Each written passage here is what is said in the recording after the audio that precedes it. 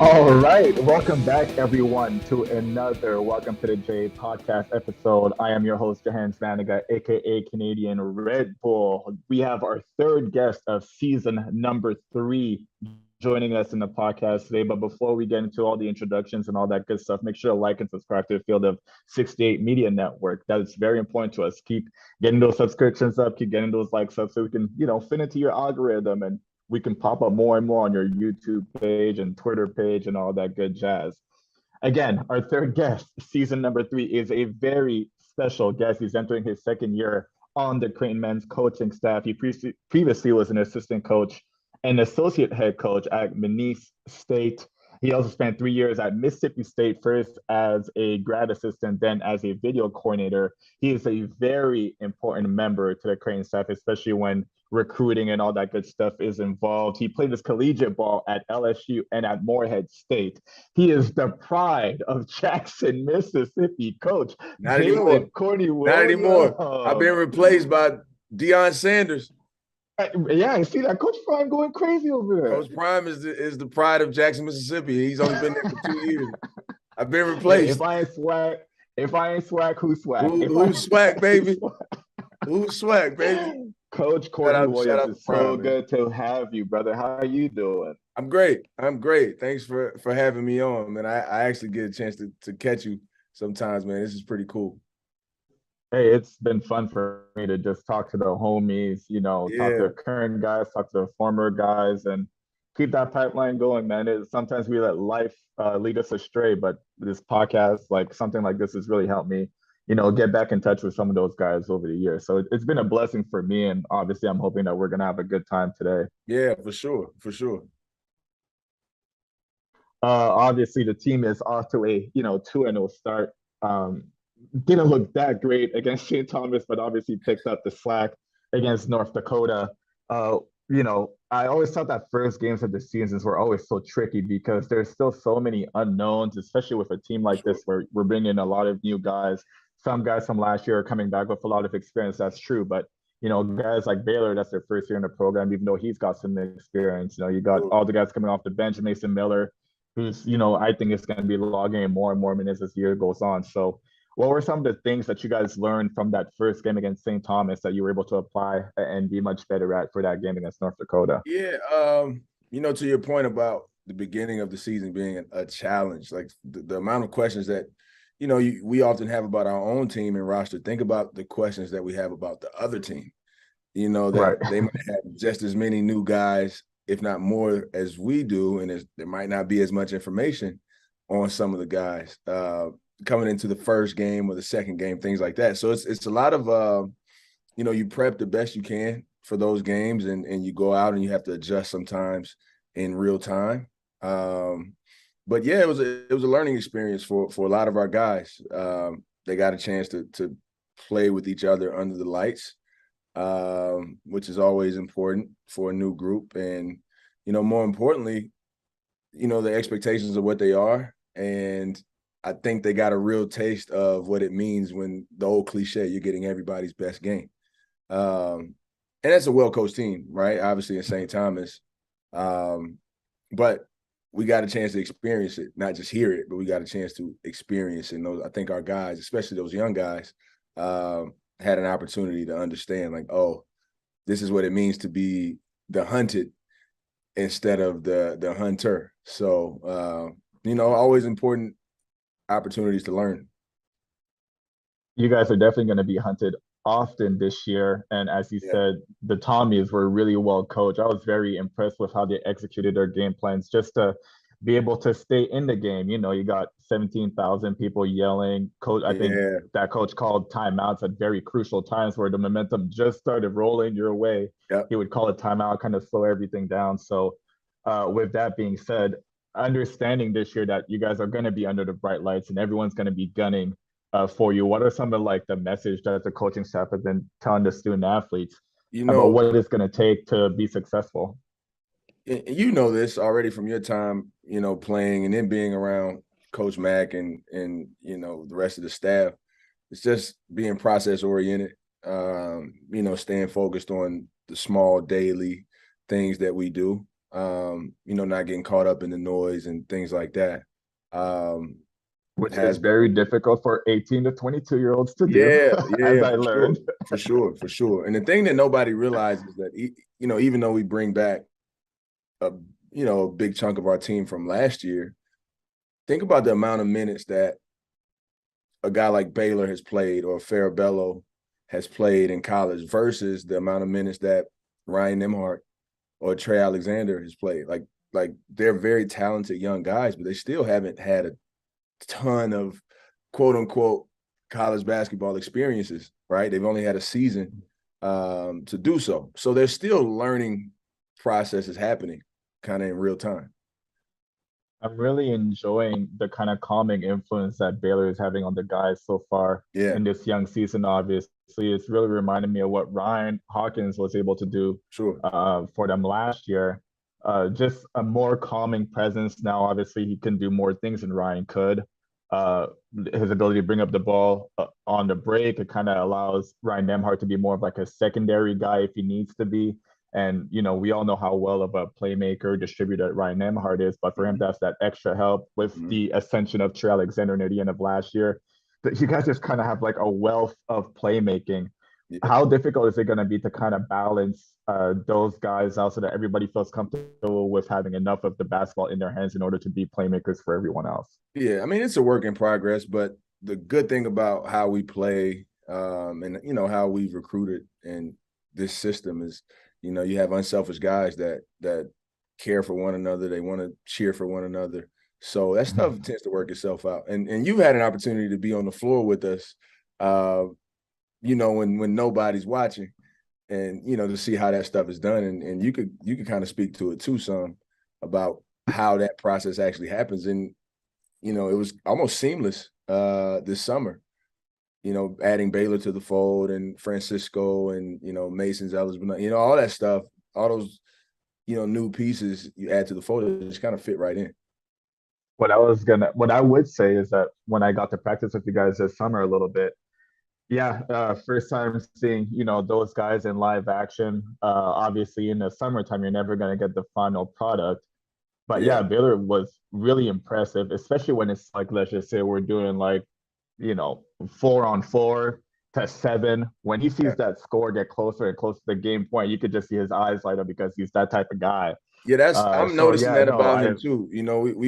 We've obviously had him in practice up to this point, but being 2 games in, and then you count the exhibition and the scrimmage.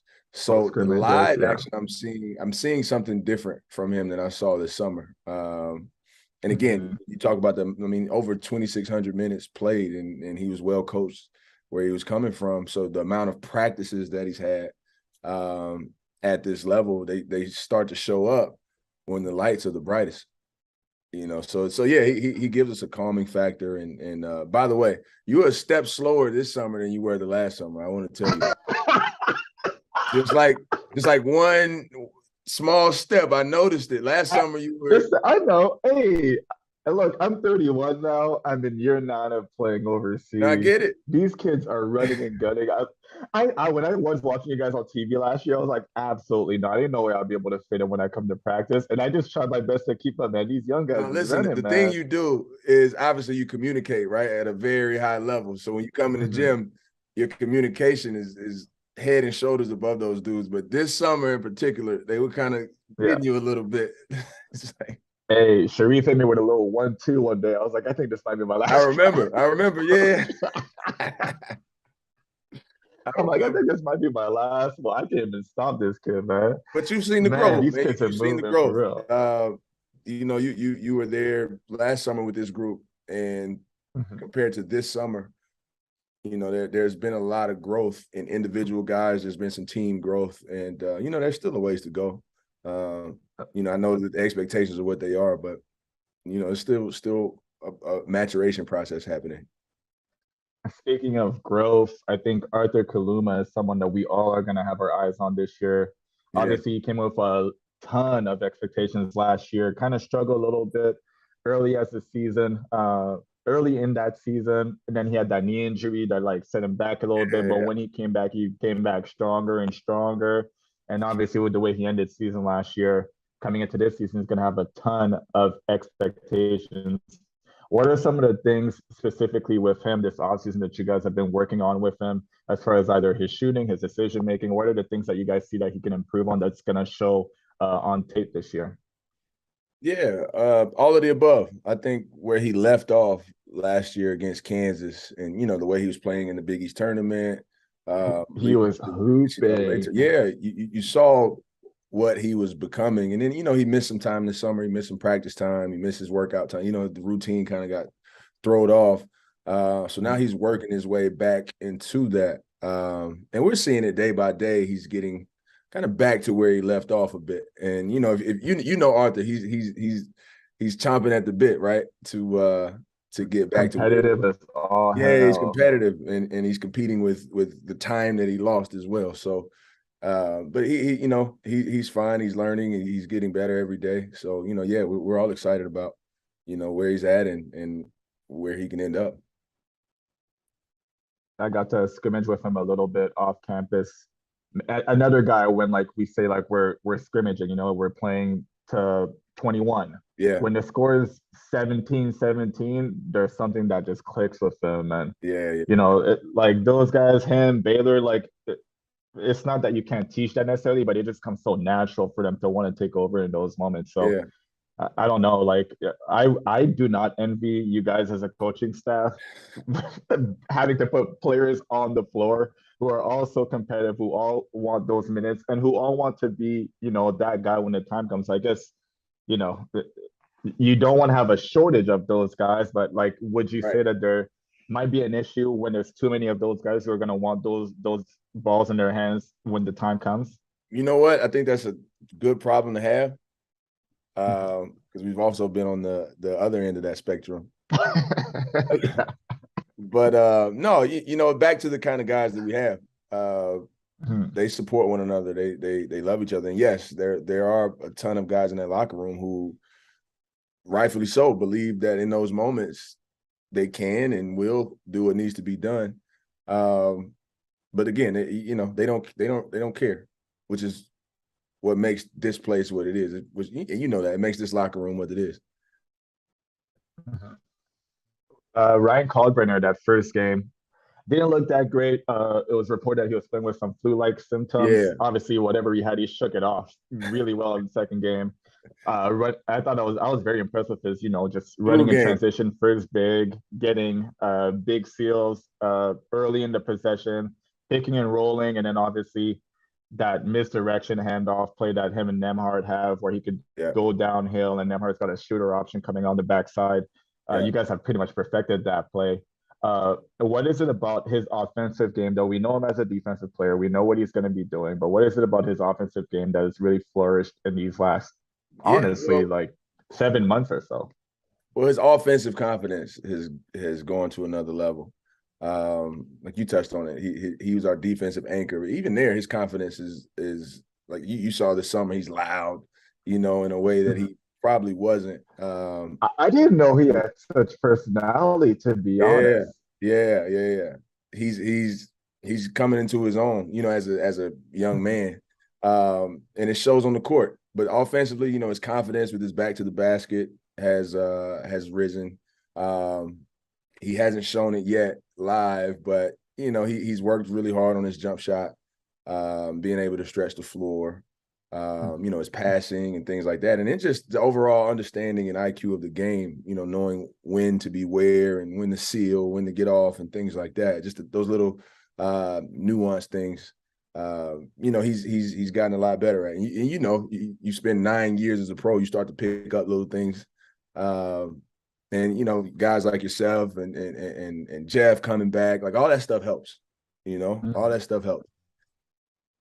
He was on the podcast last week. I asked him if he was ready because teams are certainly going to start keying in on him a little bit more, just because of how efficient he is, and he gets all of his buckets close to the basket. Obviously, I'm expecting double teams and stuff like that to be sent his way at some point this year. Do you think he's going to be ready to face that extra attention that he's certainly going to get? Yeah, I think so. It's something that we work on. It's something we talk about all the time. Like he's gonna have to be ready for it. And people are trying different tricks. They're starting to double him from the bottom and the top, and all kinds of things. And rightfully so. He's earned that kind of respect. It's a privilege to be double teamed and things like that. So, and I think he's approaching it the right way. I always thought young guys like who get double teamed a lot don't understand the meaning of it at that age. Yet I was blessed to play with Doug, who kind of understood it like pretty early, but was also like kind of pissed off Yeah, about it whenever it came because it just meant that his opportunities were going to be limited sure. somewhat.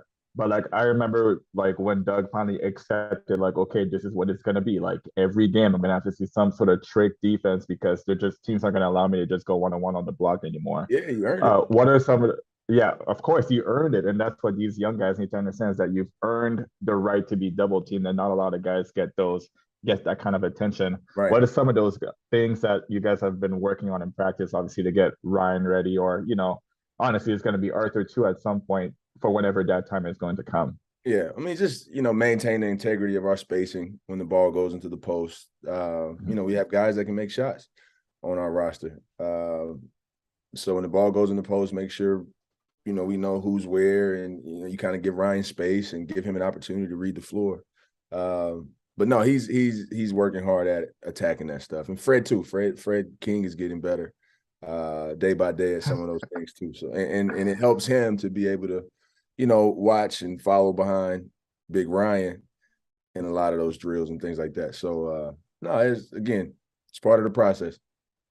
When Ryan was here, we talked extensively about Fred and his development and some of the things that he's been working on and some things that he'll be able to showcase. Yeah. Obviously, when I watched the games, I watched the TV broadcast, and Nick Boss said something that was pretty interesting for Fred is that anytime he gets on, he's basically being asked right now to just empty the tank, go 110% in short spurts, and don't worry about the mistakes as long as they're aggressive mistakes.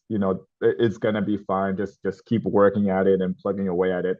Am I getting the right sense of the conversations that you guys are having with him? For sure. I mean, in his position, right, you're playing behind Ryan Kalkbrenner.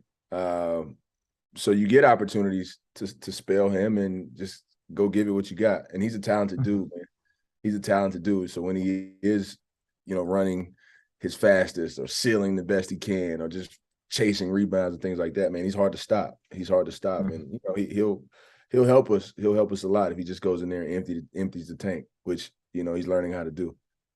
He hadn't been playing ball that long, man. I literally was just about to say, has he not just been starting to play for real? Yeah, it's only been a few years. I feel like there's so much potential. Yeah, it's only been a few years, but he's got, a grown man body, and I have to bang with him.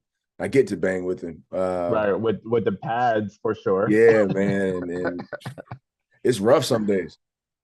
Yeah, it's rough someday. Depending on what I said to him a few minutes before we start that process, it can be rough on me. Right. I think he could be your best friend or your worst enemy on it. Yeah, exactly. Moment, huh? Exactly.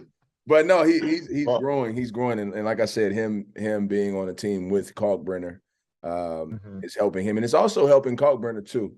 Him and I talk about what it's like to be the big brother now, opposed to being the little brother, and you can see his leadership ability start to take shape and things like that, and he takes Fred under his wing, and that's going to pay dividends for Fred. Well, that's right, because at some point or a couple of years ago, that was Kalkbrenner that was under Christian Bishop at the time. Yeah. Right. And he had to do some of the work that Big Fred is being asked to do right now. So and I can kind of see that relationship developing that way. Even a year ago this time, you remember, Keyshawn was here, and the amount of minutes that he played in college basketball and kind of his understanding of different things. He was the big brother of sorts, and Kalkbrenner was asked to play an important role, and Keyshawn was asked to play a different kind of role, but they had that relationship where Key was, the big brother of sorts. And, I think it helped him understand physicality and learning how to use his body and things like that. And now he's the guy, he's the voice for Fred. I was very impressed with the way that Keyshawn like accepted the role because I know how difficult it must be. You know, you're in your last year, you're Yeah, transferring in, you're hoping to play as much as you can, obviously, with like, having pro aspirations and whatnot. yeah, Coach Mack and the coaching staff asked you to come off the bench. You got Kalkbrenner, who's really developing into his own. But I never got any sense of like jealousy or like envy out of Key. I just thought that he really did a good job of, right, doing his best with the moments that he was given. And then obviously it paid off in the end when he was asked to step up big time. I thought he did a really good job in the right. NCAA tournament when Brenner went down. So you are responsible for bringing guys like that into the fold. When you're out there recruiting and looking for prospect Jays, what is it that you see in like guys like he or like you bringing in Schultzberg, bringing in Yeah, Baylor this summer? What is it that you see in those guys? it's no one's ever asked that before. That's a good question. The thing that makes Creighton, and I don't want to give away the secret, right?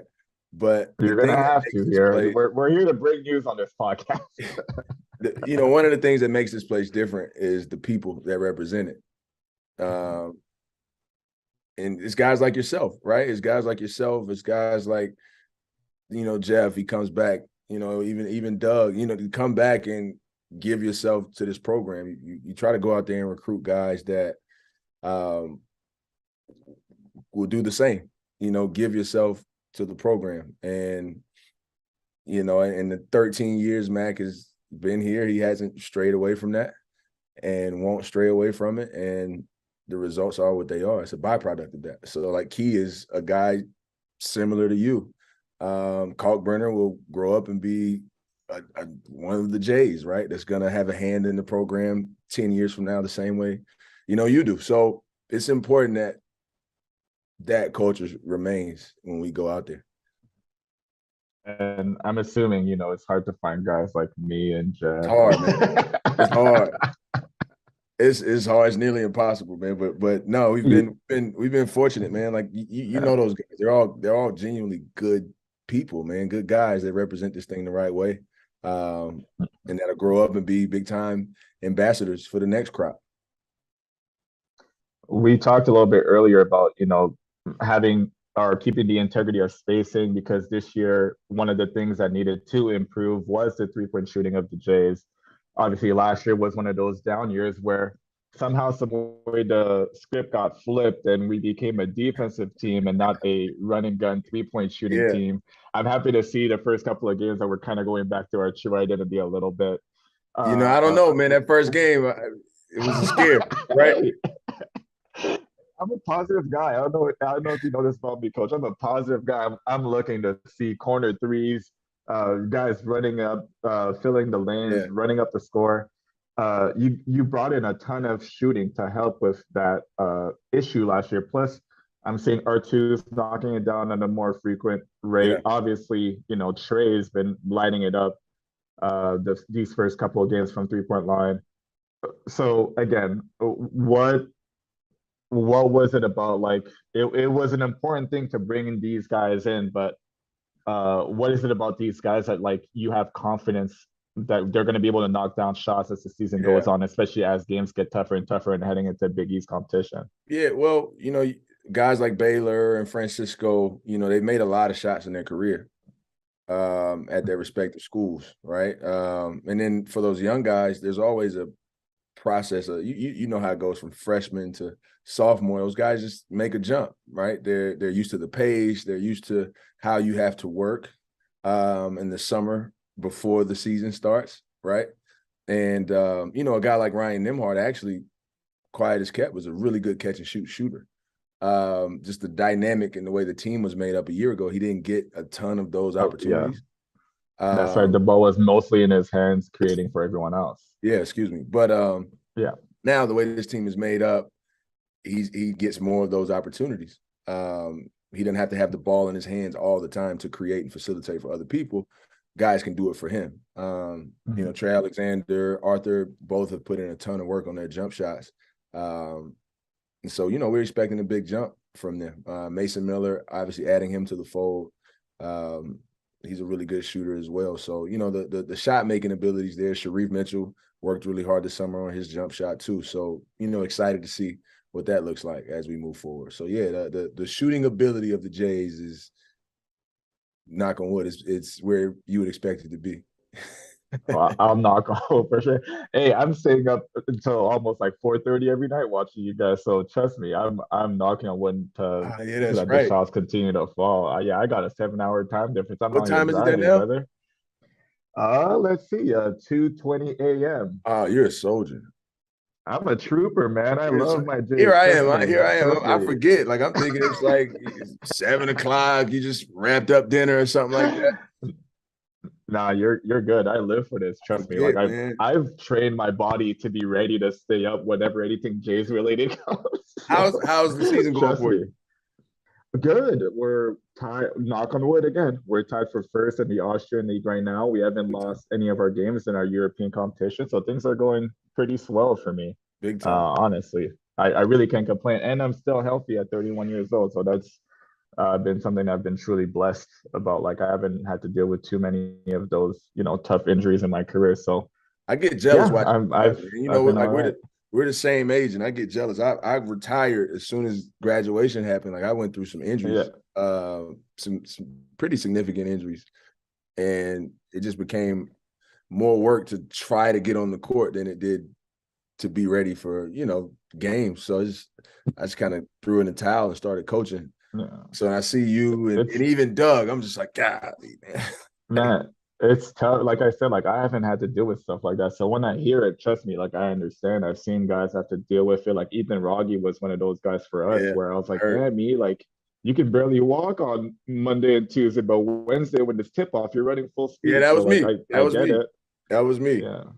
So no, I'm I mean, always hey man, keep that thing going as long as you can. I'm gonna try. I'm gonna try my best. Yeah. One guy that I'm really obviously interested in seeing how well he does this year. There's a few guys, but Mason Miller. I Yeah. mean, he hasn't even scratched the surface yet for the talent that he has and his ability to play. But like I said in the open, there's just so many guys. It's going to be tough to find our rotation spot Mm-hmm. for all these guys. But like we talked a little bit about Key last year, like the sacrifices that he made in order to be the best team player that he could be. How tough is it to have that conversation with all those guys who all deserve minutes? But if you guys are going to be as successful as we all believe you can be, there's going to have to be sacrifices as far as like Right. minutes, roles, expending your energy more on the defensive end as opposed to expecting the ball on the offensive end. Right. What is it like having those conversations with those guys to keep them upbeat about, being a star in their role? Yeah, well, it's just about telling them what you just said. Like everybody has a role, and everybody's role is just as important as the next guy. Um, Even if your role might not be the role that gets talked about on Twitter and things like that, everybody has their own sacrifices that they have to be willing to make for this team to get to where it can get to. So I think everybody understands, right, or has their own relationship with what the end goal is and what it's going to take to get there. So, just try to preach those things every day with this group. But no, Mason's come a long way. He has talent, man. He's obviously at 6'9", his ability to stretch the floor and he's quick off his feet, things like that. He can jump though. Yeah, he I've can. seen it this summer. He could get off the floor a little bit. And he's quick from spot to spot. Like he has some real athleticism in there with his ability to stretch the floor. And the more he learns how to play the game and things like that, man, I think he has a chance to be, a special player in time. So no, it's the process for him now. Now he's getting minutes. It's the live bullets are flying. So and Mhm. he's doing well. He's doing well. You guys have Holy Cross on Monday. Another challenge, obviously. With these teams who are coming into CHI, who are Mm-hmm. gearing you guys up for tougher and tougher competition.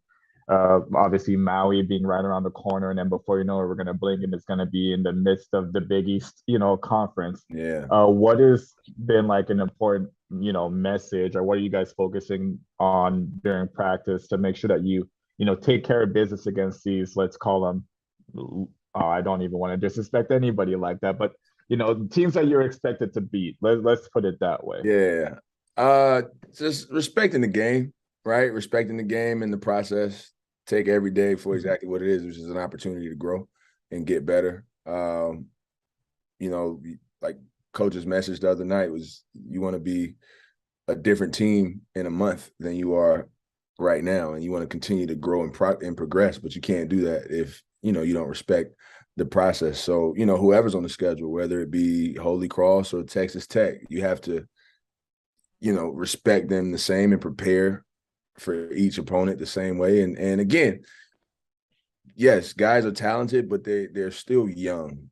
You know what I'm saying? They're still young, and so that's a part of that process. Like Baylor has a clear understanding of some of those things. Farabello has a clear understanding of some of those things, and these other guys, they're learning, right? They're learning. Right. Well, it's going to be very exciting to see, how far they can take it because it's a young, talented group. It's going to take a little bit of time to gel. The model on our podcast last year was exercise patience. I think I'm going to have to find a little bit a newer model for this year No, I because there's like that just so many still. expectations I like that still. and guys, hey, the fans, you know how fans are, like especially our fans. Like they thought we were going to be natty chess when I was playing. Yeah, so yeah. You should have so been. You had the I don't know. best I'm player gonna in the world. You had the best player in the world on your team. Does that does we that does really that blow did, your and mind when you think back on that and say, man, I played with the best it college basketball player stings. ever, or one of It honestly, like, as much as I enjoyed every second of it, it really stings. And Doug and I talk about this all the time whenever like we reminisce about our run on campus. It just stings that we never got past that first weekend. Like we so badly wanted to be that team to make it them. past that first weekend, and we would win one, lose one. Next year, win one, lose one. Yeah, yeah, Senior yeah, year, win one. We got Baylor on the docket, thinking like I remember we were leaving the hotel room and we're just like, oh man, we're in LA next week. That was gonna be, the next destination after, San Antonio. And before you know it, we're getting blown out by like 30. You're like, what is going on? And I've watched every single one of my college games. I've never watched that Baylor game. So it Wow, still stings to this day. So wow. Well, it's no, just it's I just one tell of you those what. things, man. I tell you what, man. You and the rest of the crew, you guys' commitment to Creighton and the program and all that stuff, man. It's been very refreshing, to say the least, for me as a newcomer into the family. And it's appreciated, right? It's appreciated. Everything that you guys bring, everything that you bring, when you come back, even things like this, man. It's important. You guys built what is happening now and what will continue to happen in the future. Like you guys built this, So it's always cool to see the commitment that you guys have for it, man. Like, thank you. That Seriously, thank you.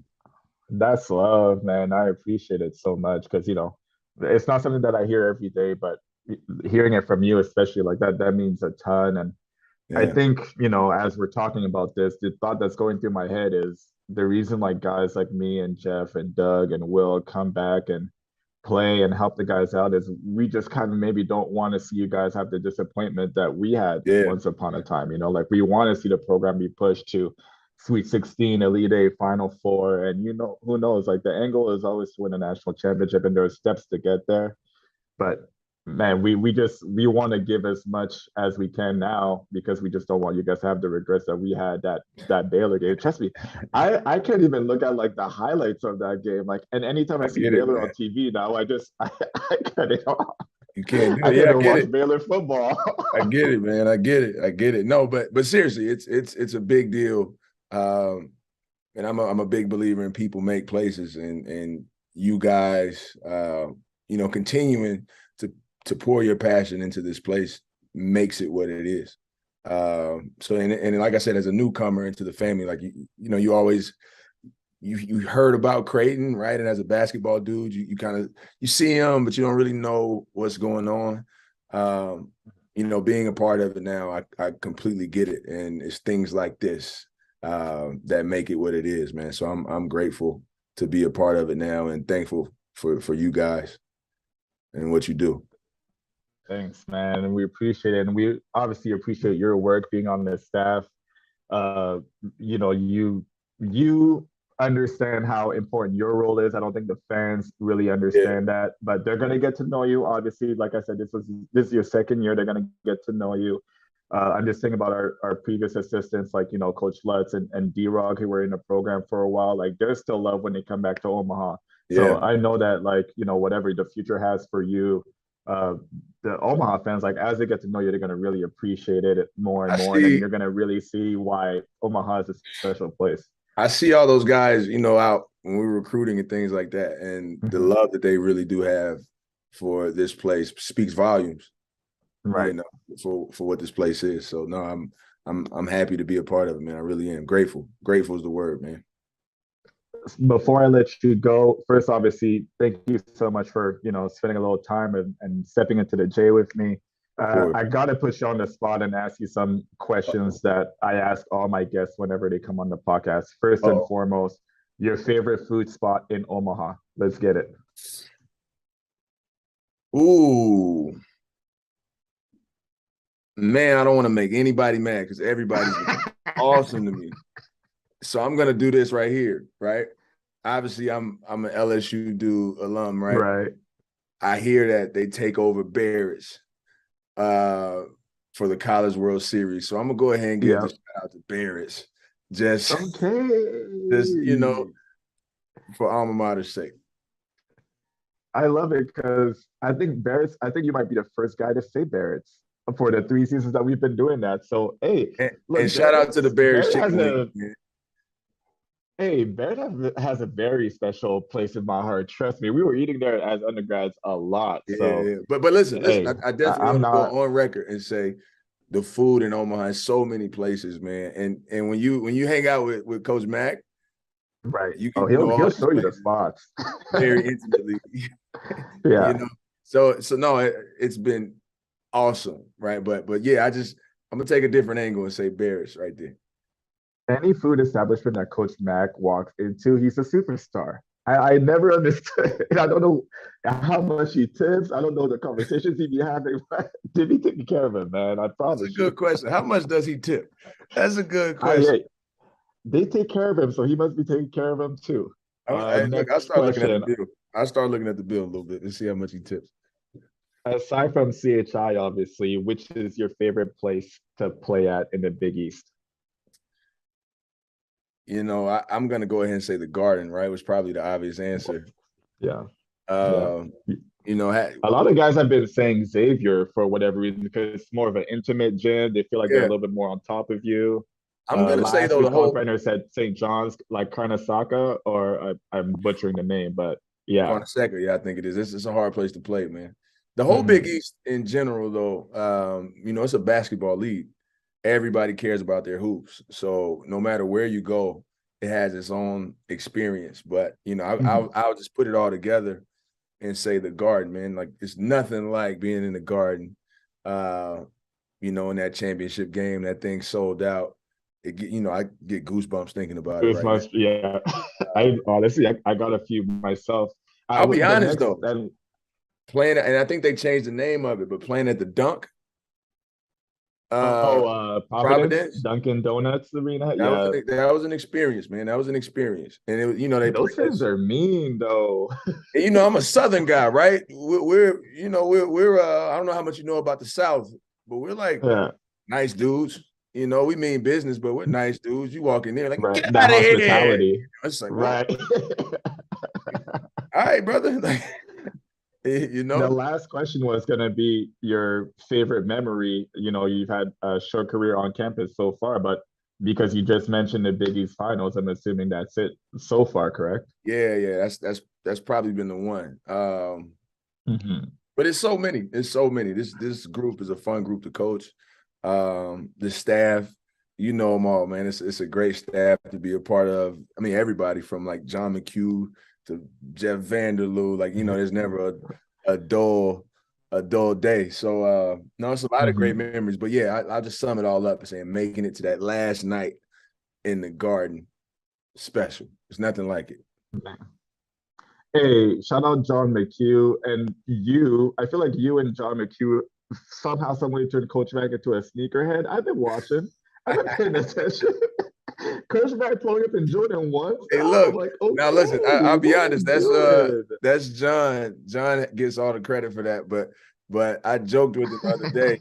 I had John had some shoes for me on my desk, and Matt came in snooping around. I said, "Hey man, get out of here." I said, "You stick to your Hokas, right? You Right. stick to your Hokas." No disrespect to Hoka. I heard this, it's a great shoe. But I said, stick to your Hokas. He's like, all right. So he pulled out something nice for game day, Right. But no, I get at the John McHugh. I am Man. trying to turn Coach on some Drake music though. Yo, that's crazy. I'm Canadian. I was there for 4 years, obviously, plus the years that I come back every summer, and I haven't been able to get him to do that. So if you can do that, I'm handing you the crown, brother. He Like you got finally it. he It's noticed, all you. the new album's out. So he was playing, we were playing it on the Right. loudspeaker, and R2 was holding it down for the Canadians. And I'm a big Drake Oh guy. yeah, of I'm an course. honorary Toronto guy because Honorary yeah, Canadian. I'm a member of OVO. He doesn't know that. But Right. so Mac looks at me, he said, You done know. "Is this yours?" And I said, "Come on, man. You got to get with it. You got to get with it." Right. So yeah, no, I'll get him there. I'll get him there. Man, hey, Coach, I appreciate you so much for stepping into the J. Absolutely. Make sure to like and subscribe to the Field of 68 Media Network, you guys. Again, I was Jahenns Manigat, your host. This has been Coach Jaylen Courtney Williams. Any last word for J fans everywhere? Roll Jays. Roll Jays always. There's no better way to end a podcast than to say that. Like Again, appreciate you. Obviously, take care. Sorry. Good luck. And we'll see you down the line. Man, finish the season well, man. Good luck to you. I see you soon. You already know it. Appreciate it.